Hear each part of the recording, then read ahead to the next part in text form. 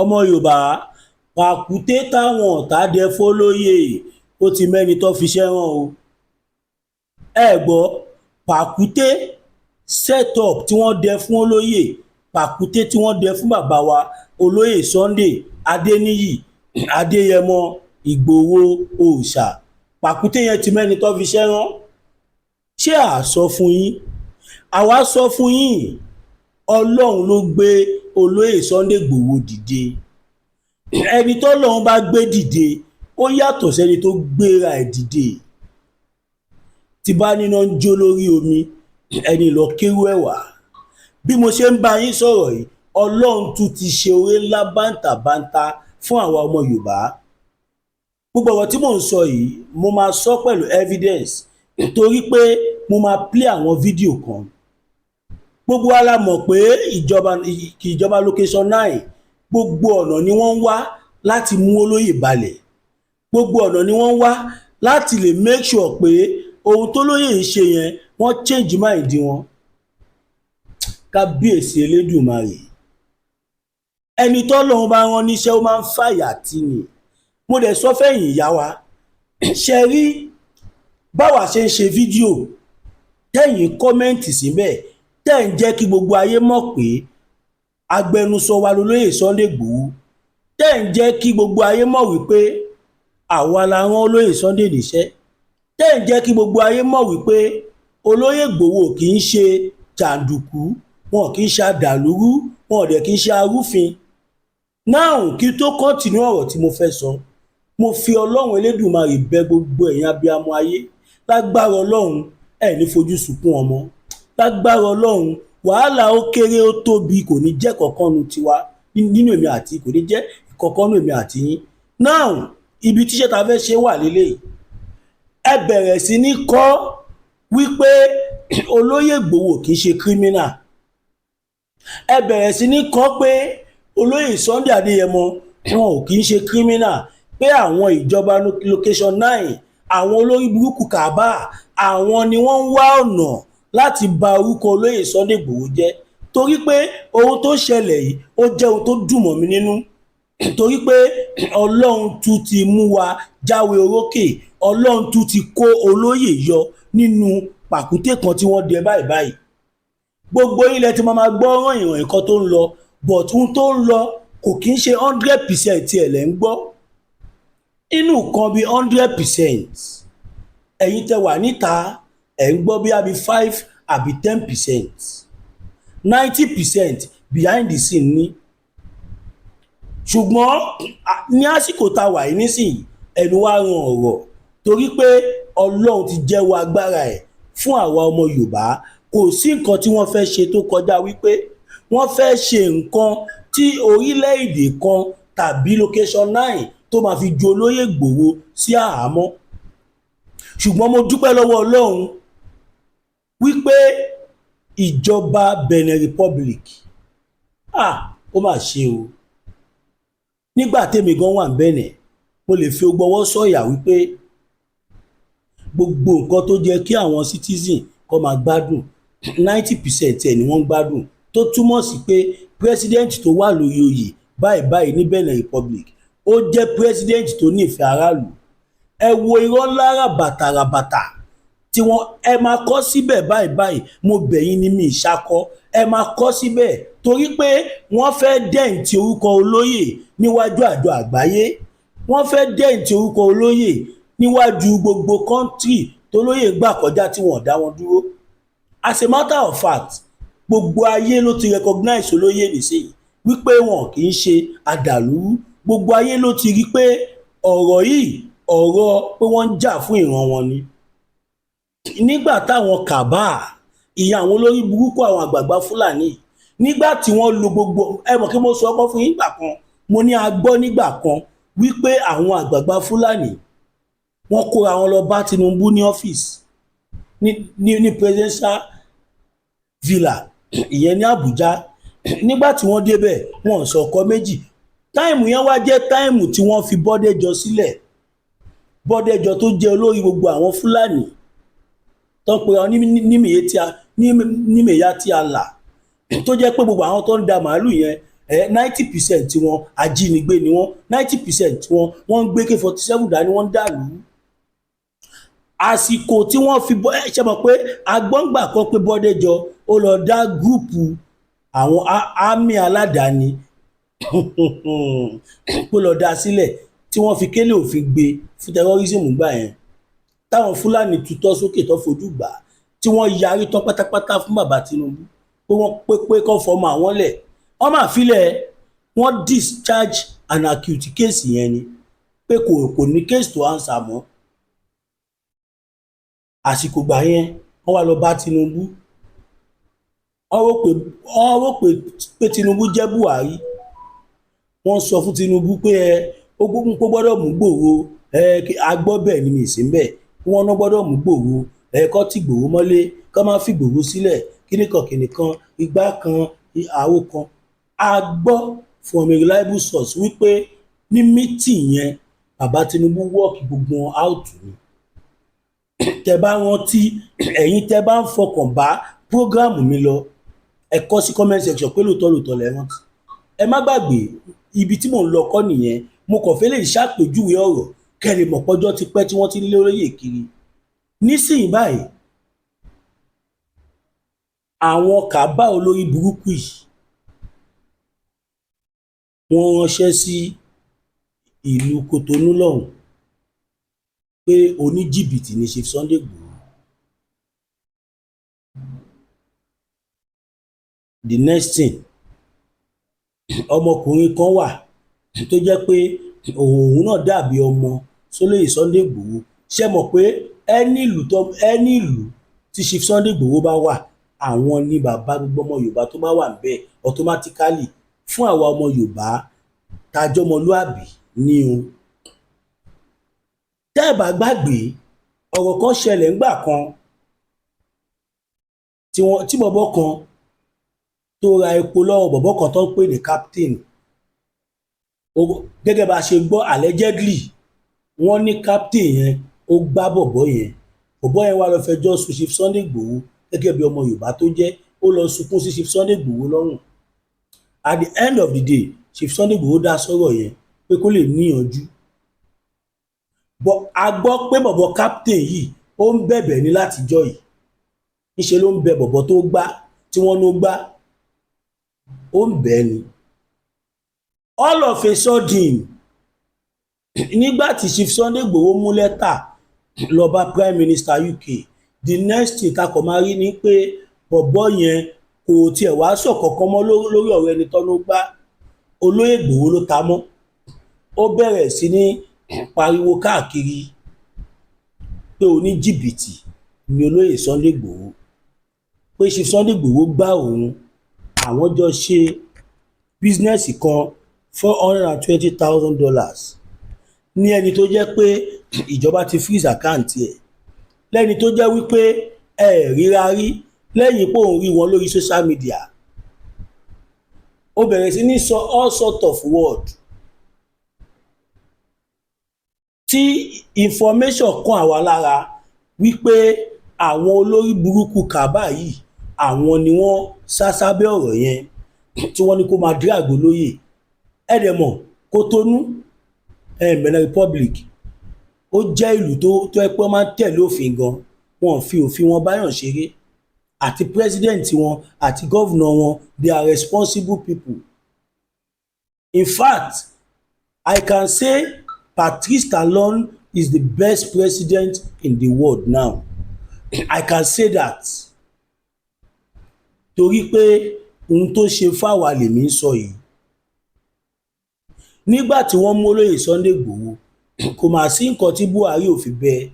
A gbọ́ pé kò sí nǹkan tí kò sára tí Buhari ò dá, bọ̀ torí pé president yẹn jẹ́yàn dáadáa, ó jẹ́ ẹni tó nífẹ̀ẹ́ ilẹ̀ Yorùbá, ó jẹ́ ẹni tó nífẹ̀ẹ́ justice, ó ṣe gbogbo ìwádìí, ó dẹ̀ rí pé ọmọkùnrin yóò ṣe kankan náà, ṣèbó ní kó má pa àwọn ìran òun mọ́ ni, wọ́n dẹ̀ fi wọ́n lẹ̀ ńgbà yẹn.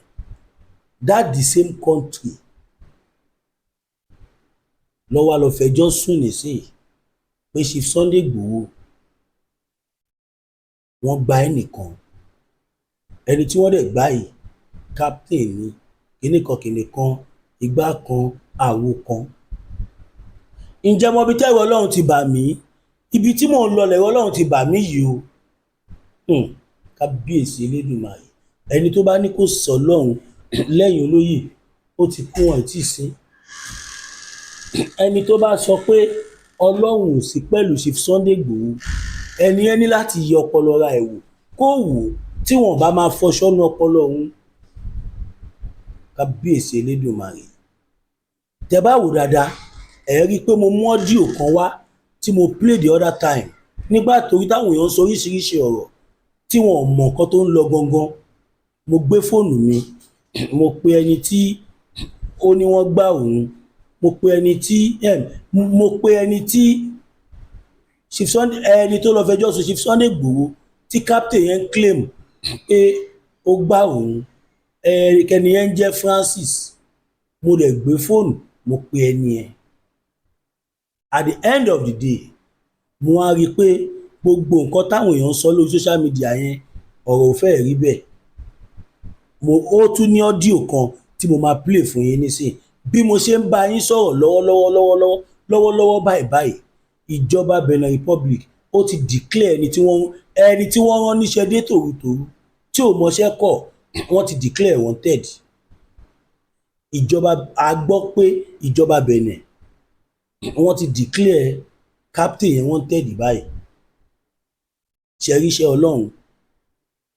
Ẹni tó rò pé òun lè lọ parọ́ fún ìjọba Benin pé kán lè fi borúkọ Chief Sunday Igboho jẹ́ tàbí kán lè fi jù wọ́n sẹ́wọ̀n, to the glory of God Ọlọ́run tún dá sí débi pé ẹni yẹn ni wọ́n declare wanted torí pé ìjọba Benin kò ń ṣe ìjọba tó máa ń parọ́, kò ń ṣe ìjọba tó máa ń kò ń ṣe ìjọba tó fẹ́ corruption.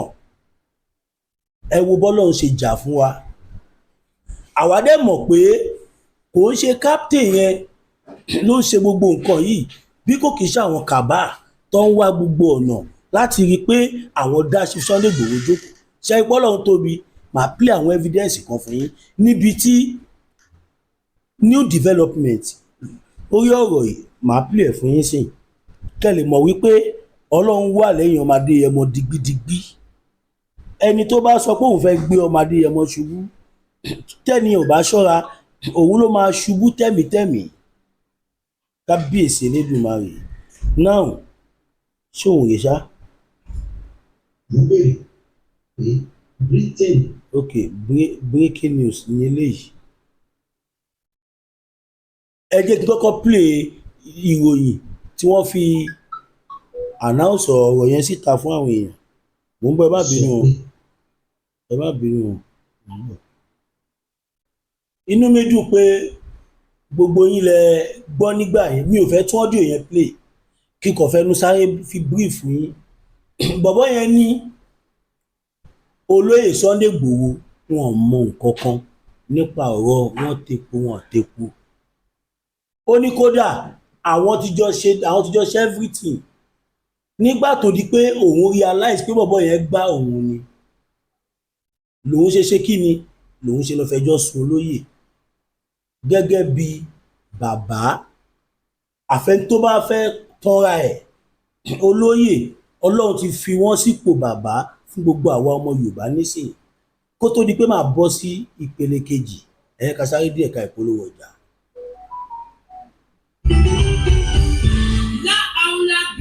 Ẹkùn tí wọ̀ yá ẹ̀jà pẹ̀lú àwọn kíndìnrín tó ní stone nínú ìyẹn kidney stone yóò mẹ́ẹ̀tì ẹ̀ tẹ́sí ìyákàrùn nínú àgọ́ ara yín. Òun kan náà ló ṣiṣẹ́ fún liver ìyẹn àìsàn jẹ̀dọ̀jẹ̀dọ̀. A sì tún bá ṣiṣẹ́ fún àti ìyẹn ìṣòro àìlèmí sókè sódò dáadáa. Láàlá bitter tea ló tún ṣiṣẹ́ fún ìfúnpá gíga ìyẹn high blood pressure. Bákan náà gbogbo ẹ̀yin tẹ́ ẹ bá ní ìṣòro ìsétọ̀ tí a mọ̀ sí prostate cancer. Gbogbo àwọn àìsàn tá a là kalẹ̀ yìí pátápátá òun ni láàlá bitter tea yóò gbà wọ̀ dáadáa. Ìṣòro ara yóò ń kọ́ láàlá Aula Bitter Tea òun ni kẹ́ ẹ gbúlura láti wáyé gbòógì lá Aula Bitter Tea rà àbí tẹ́ ẹ bá fẹ́ mọ ibi tí wọ́n tẹ̀dó sí ẹ mẹ́sẹ̀jì wọn lórí àwọn WhatsApp numbers yìí +447-4245-27137 tàbí àwọn Nàìjíríà numbers yìí 08033191355 tàbí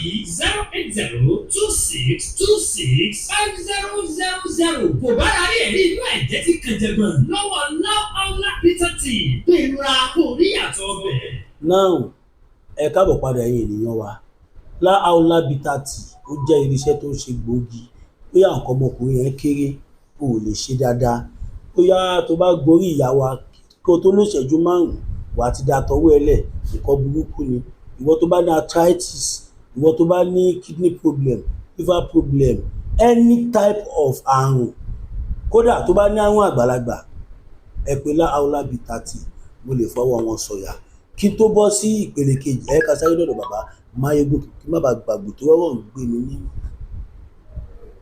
ògbólógbò omi rúnà ń tẹja ògbólógbò egúngún nínú tàpẹ̀tàpẹ̀ nínú aṣọ ògbólógbò oníṣègùn ìbílẹ̀ kan bẹ nílẹ̀ Yorùbá tọmọ tìbú tẹ̀lé ewé àti olóyè Máyégún adébábí ẹniwọ̀jú aníkúlápó agbọ́sẹ̀jẹ̀ fọmọlẹ́ agbẹ́ ìkùlé mọyì olùtó ogun àlọ́mọbíbi tiẹ̀ mọ́gun àdánù ló bá ayé rẹ̀ wọ̀dì kú àwọn ọjọ́ pípẹ́ ló ń bá ó wọ̀jà kájà ṣiṣẹ́ bí erin jẹjẹ ìrírí ogun àmúbọ̀ ọkọ àmúbọ̀ aya ní tiẹ̀ ní tàbí ogun afinisẹ̀sẹ̀ níwájú olóore èyíkéyìí ogun tàbí àìsàn tó bá ń bá ayé rẹ̀ jà tètè máa bọ̀ wá sọ́dọ̀ olóyè Máyégún adébábí ẹniwọ̀jú abọ́lórí bẹ̀rí abániyẹ̀ràwọ̀ ẹniwò aníkúlápó àgbàlagbà òjìlè tó mọ orúkọ tí wọ́n ń pe àwọn ìyá mi àgbà fún àyẹ̀wò tàbí ìmọ̀ràn ẹ pè sórí nọ́mbà yìí 08023940939 bá tẹ́ bá mú mi àjòdà gbígbèrè bá mú mi àjòdà tìlẹ́tọ̀nà lápẹ́jọ lóde ní tètè máa bọ̀ wá sọ́dọ̀ olóyè Máyégún adébábí ẹniwọ̀jú kógun ayé ló dàbí ẹ̀.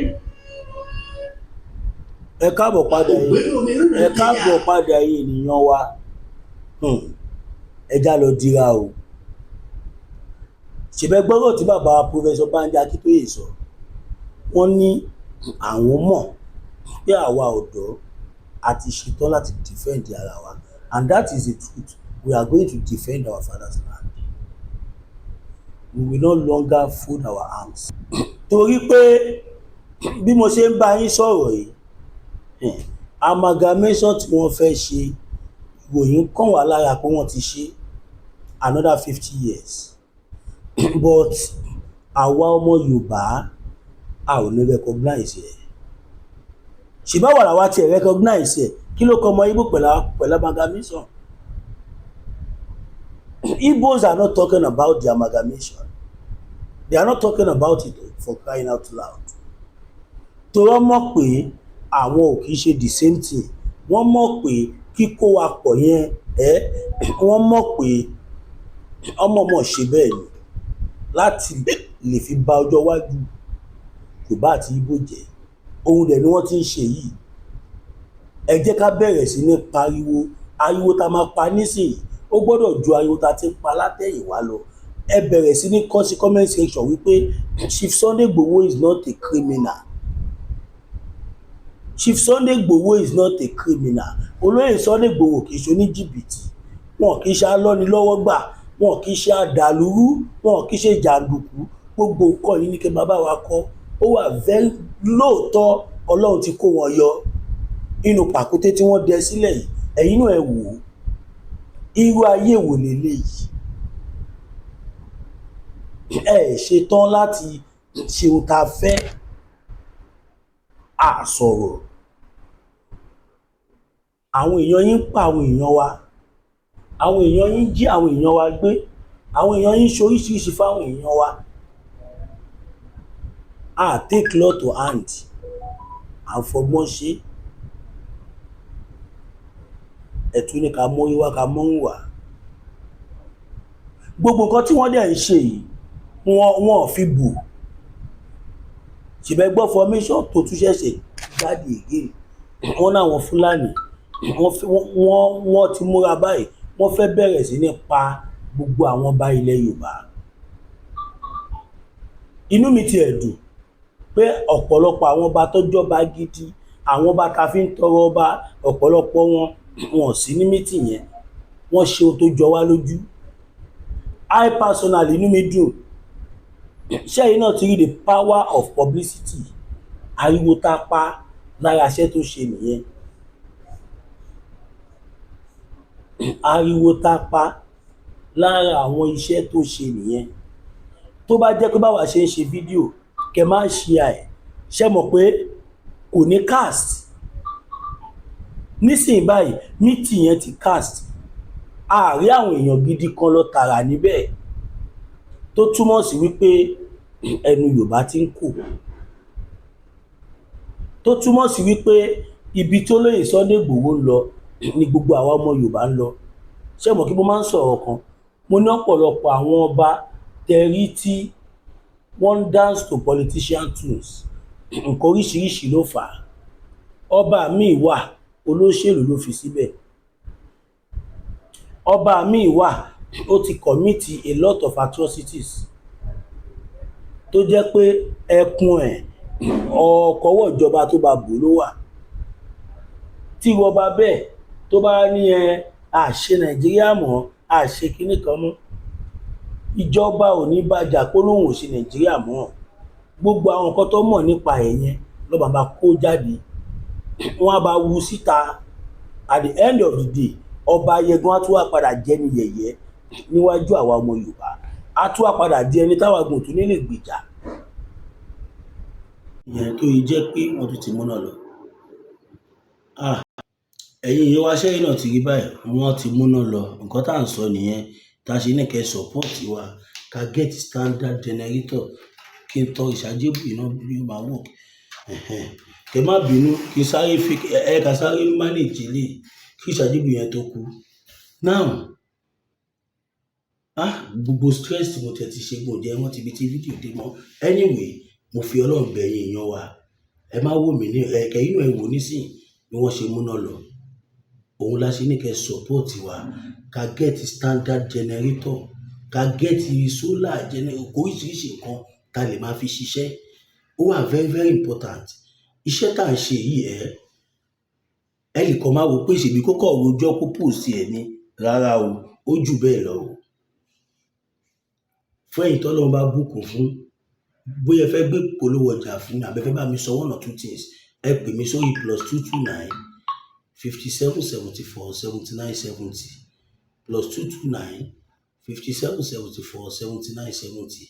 Fẹ́yìn tẹ́ bá fẹ́ support mi, GT bank account mi náà ṣe ní tó jẹ́ 021 41 68 704 021 41 68 704 GT bank Williams Olúwatósìn Zanu orúkọ tẹ́ máa rí bẹ́ẹ̀ nìyẹn. Now, ọmọ Yorùbá tó bá kọ wájú sí wa ká ta, tó bá kẹ̀yìn sí wa ká ta, tó bá kó àwa nìkan ká tún ìwà ara wa pa níbi tí a bá dé yìí. Ṣé ẹ rò pé mi fẹ́ sọ àwọn ọ̀rọ̀ tí ó jẹ́ kí n sọ lórí afẹ́fẹ́, but ọmọ Yorùbá ẹ jẹ́ ká jára wa o, ẹ jẹ́ àmọ̀ nǹkan tá à ń ṣe níbi tá a bá dé yìí.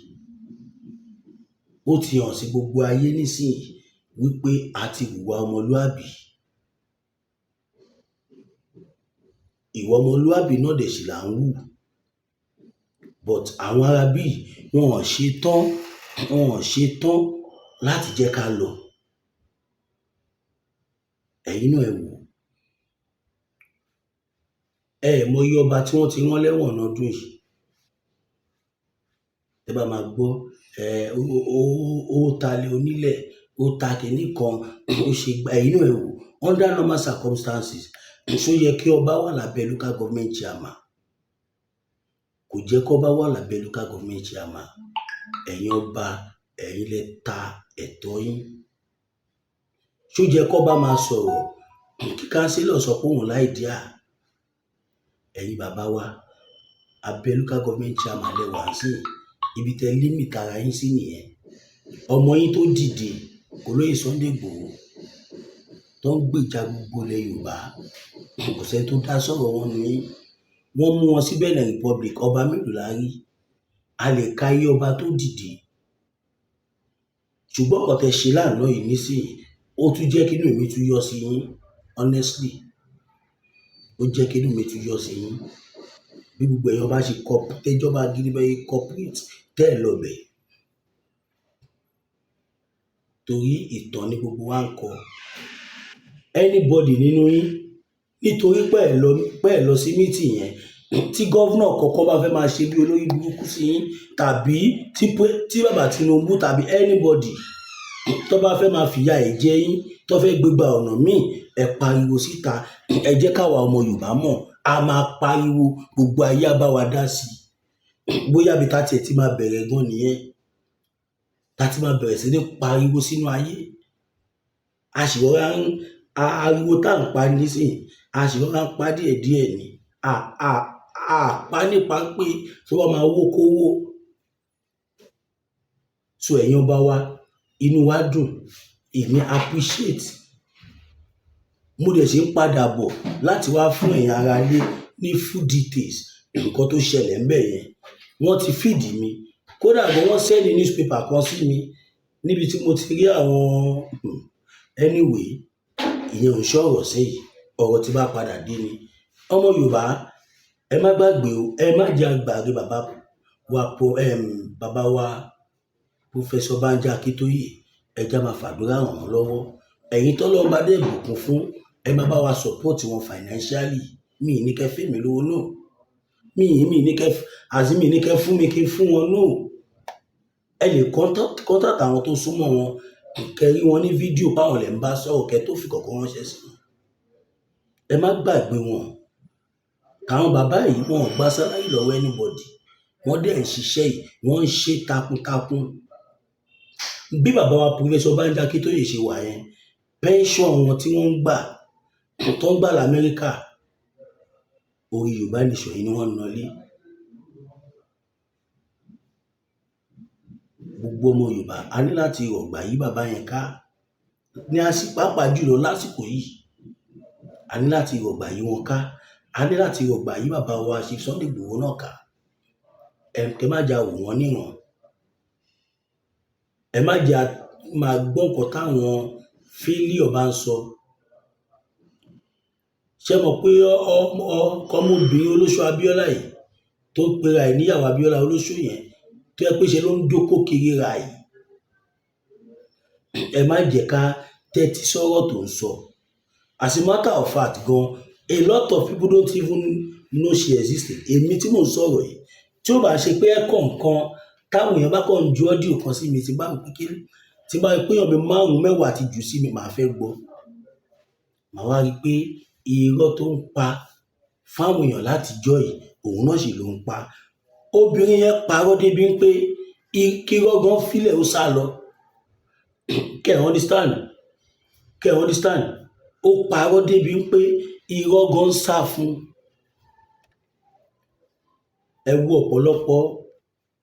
ọ̀pọ̀lọpọ̀ àwọn èèyàn tí wọ́n ti di ẹlẹ́wọ̀n látara ìwà tí ọmọ aláṣẹ oyè wù ṣèbí mo sọ fún yín mo fi Ọlọ́run búra fún yín 2022 Yorùbá ti gbòmìnira ti lọ kó tó di kóbìnrin yẹn ó gbà orí burúkú tó wù yẹn tí nílò kù I swear to God ìjọ ta lọ bá Professor Banji Akintoye tó ń fi àwọn kọ̀ọ̀kan hàn wá tó ń bá wa sọ̀rọ̀ àwa táwa ń bẹ̀ adẹ̀ bú sígbé adẹ̀ ń sunkún ní gbogbo ẹkú lágbára Ọlọ́run ní ohun táwọn bàbá yẹn fi hàn wá ẹ̀rù Ọlọ́run bá mi mo wò pé but ká gbàgbé bọ́lọ́run ṣe kọ́ nìyẹn tá a bá gbá òmìnira yẹn nígbà yẹn ní mọ orí èèyàn tó jẹ́ ọ̀pọ̀lọpọ̀ àwọn tó jẹ́ fake people náà tó wà in our midst ṣèbí sí láìṣẹ̀ mọ orí èèyàn tí wọ́n jẹ́ mọyì àwọn èèyàn tí wọ́n ti gbé àwọn jáde ọ̀pọ̀lọpọ̀ àwọn èèyàn ò lè pretend mọ́ wọ́n ti gbé àwọn jáde mélòó la fẹ́ kà now we knew who is who oníkálukú ti gbé wa jáde ọ̀pọ̀lọpọ̀ àwọn èèyàn ti sá wọn sọ̀rọ̀ fún wa mọ́ ẹlòmíkẹ̀dẹ̀ rí ó cross sí other side ní ló sọ̀rọ̀ fún wọn torí pé àwọn yẹn ń pín owó àwa tó fi owó gidi lọ tá a gbà á ṣáwà láwọn yẹn máa wá fi ìwọ̀n owó ọwọ́ wọn lọ tá a máa wá gbà á. mo dúpẹ́ lọ́wọ́ Ọlọ́run pé mi ò jẹ́ pé mo nítẹ̀lọ́rùn pé mo ní ààyò ọkàn torí pé nígbà táwọn olórí burúkú yìí tó wá fi $14 lọ mí $14,000 ìyá àwọn ọmọ aláṣẹ́wò yẹn tó wá fi lọ mí tó bá jẹ́ pé mo ti gbà á nígbà yẹn nísìnyí tí Chief Sunday Igboho wá make progress ìtìjú ló máa jẹ́ fún mi mi ì ní lè sọ̀rọ̀ màá wá wà lára àwọn tó wá ń bẹ̀bẹ̀ láti padà Ọlọ́run ní jẹ́ kí n rí irú ẹ̀. Pàápàá jùlọ mo so study ara mi débi pé mo rí pé mi ń dédé tẹ̀lé yàn ẹni tí bá tẹ̀lé Ọlọ́run fẹ́ jẹ́ ń tẹ̀lé ni ẹni tí bá dẹ̀ tẹ̀lé ó wà lórí òtítọ́ ni. Ẹ wá dúró tó pa olóyè Sunday Igboho àti bàbá Professor Banji Akintoye wọ́n ti gba kíní $1 million wọ́n ti gba 200 million. Àníṣe táìmù kan wà tí olóyè burúkú obìnrin tó sọ fún wa pé bàbá Akintoye ti gba almost $500 million. Ó sọ ẹ ló wo ọ̀pọ̀lọpọ̀ àwọn tó padà lẹ́yìn Chief Sunday Igboho tí wọ́n tẹ̀lé onítìrì ẹ rí i pé àwọn tó jẹ́ pé wọn ò lè dá bọ́ra wọn ò níṣẹ́ lápá wọn ò ní kankan ló pọ̀ jù not gbogbo wọn ló pọ̀ jù nu wọn. Ẹni tó wọn máa fún wọn lówó ló ń wá kódà ọ̀pọ̀lọpọ̀ wọn ní lọ́kàn pómìnira tá à ń jà fún yìí tá a bá gbà tán ẹ wá fún owó èmi ò jà nítorí pé kọ́ lè sọ ẹ̀sọ́ owó fún mi mo mọ̀ pé tá a bá gbà òmìnira ara máa tú everybody a máa ríṣẹ́ ṣe a máa lówó lọ́wọ́ àwọn ọmọ tá à ń bí wọ́n á ríṣẹ́ ṣe wọ́n á déèyàn wọ́n á sọjọ́ fún wa àwa gan à lè ṣiṣẹ́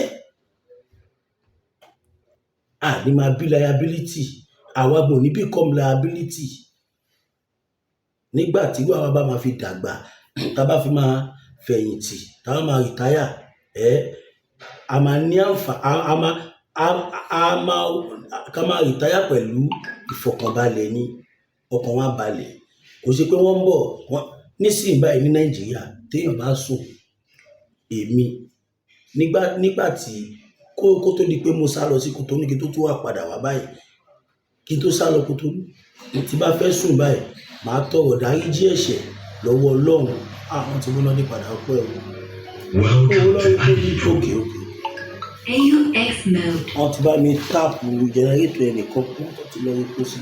Now ẹ máa wò nígbà yẹn tèmi bá fẹ́ sùn màá tọrọ dáríjì ẹ̀ṣẹ̀ Ọlọ́run yóò dáríjì mi jọ o tó bá jẹ́ pé tó bá pọ̀ tábí máa jí sí kúlù kò foríjì mi kì máa ẹ mọ̀ mo máa tó bá ti kún díẹ̀ kílẹ̀ ṣú báyìí ìrònú máa ń bá mi torí ọ̀pọ̀lọpọ̀ àwọn èèyàn wọ́n tójú ohun dójú kẹlòmíì sùn lọ́wọ́ wọ́n máa sùn bọ̀m̀bọ̀ pápápápápápá tó máa fìbọn fọ́ gbogbo orí ẹ̀dá kẹlòmíì sùn lọ́wọ́ wọ́n á sún àdá wọ́n tó máa ṣá ní ṣàkúṣà tó máa gbójú ohun dúdú